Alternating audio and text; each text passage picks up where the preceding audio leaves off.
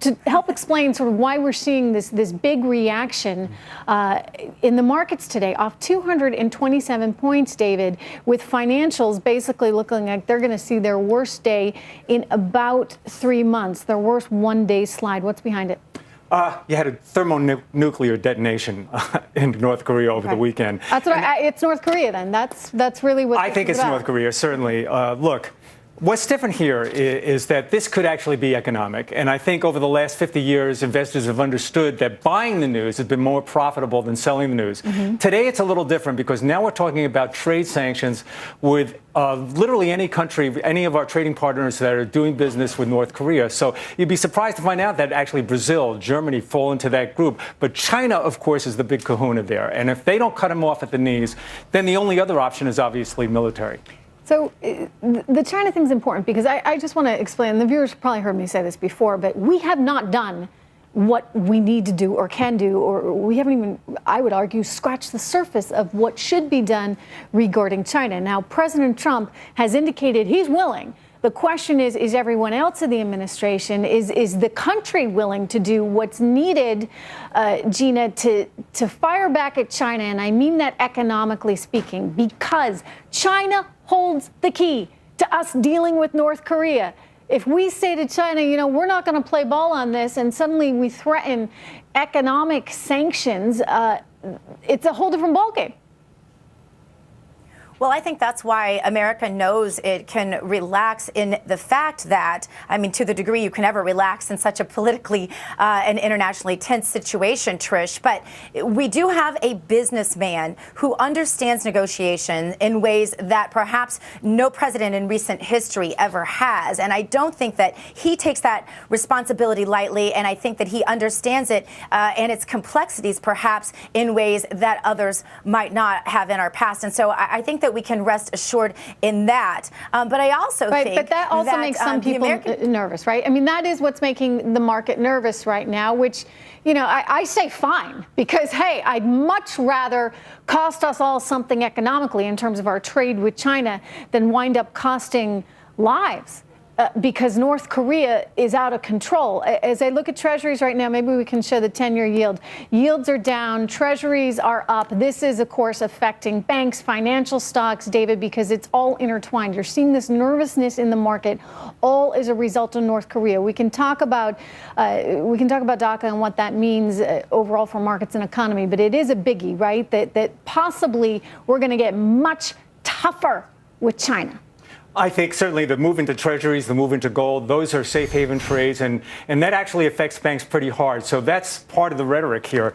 And the bigger story here is 2%. I mean, on the 10-year. I mean, 2.7%. You break 2%. It's a big concern here. But at some point, our trading partners have to understand that Kim is not just a threat to the United States. They are a clear and present danger to the entire civilized world. So if they don't join us in this solution, what's the alternative? Ambassador Bolton on this very show is talking about what some of the alternatives are. Well, I'd much rather go down the economic route than that. Yeah, you know what? I agree with you. And Ambassador Bolton, if you haven't seen what he has to say, I recommend you check it out online. He said it on this program, and in fact, just on Sunday, on Maria's Sunday Morning Futures with me, he said it as well. Basically, that we are getting increasingly close to the military option. He thinks there are no more, Michael, sanctions that we can impose, despite the fact that Nikki Haley is saying she wants more people to sign on, more countries to sign on board with sanctions. He thinks those days are over, that we're looking at a military possibility. I say don't take military off the table, but let's exhaust at least what we can do as far as putting the screws to China to actually get them to get rid of this guy in North Korea.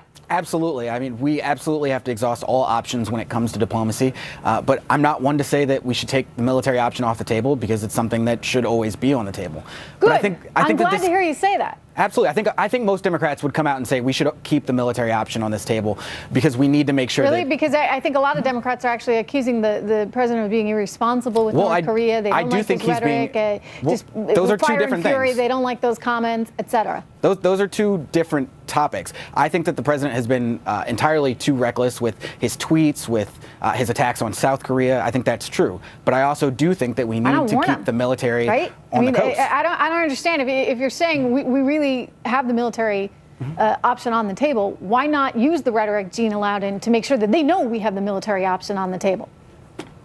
Well, I mean, I don't have a problem. I I'd like Gina to weigh in. I don't have a problem with that. Fire and fury, and use whatever else you need in terms of I think you have to recognize adjectives the and fact verbiage. that they are in the nuclear club.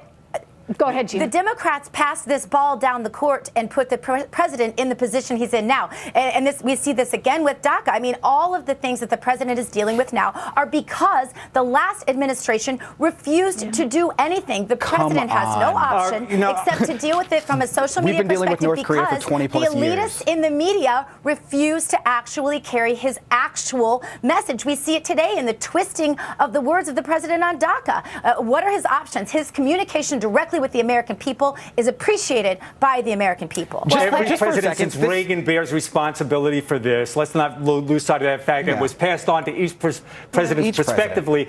President Trump is now faced with some very tough decisions, and that will likely define his presidency in the next days, weeks, and months. It's a big, big deal. As far as DACA goes, look, it's going to be a big political issue. It's always been, frankly, Michael, a political issue, which is troublesome because it seems pretty basic to me. You know, your country, you got borders.